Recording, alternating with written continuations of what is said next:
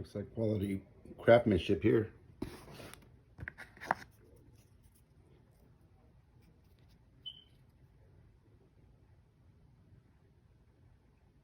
Wow.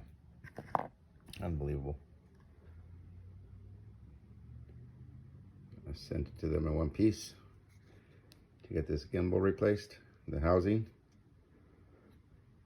And they said anything else that needed to be repaired, they would repair.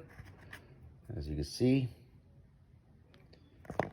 looks like they opened this up and did absolutely nothing. They said I had extra parts in there. I don't see them on there. Great job, drone nerds.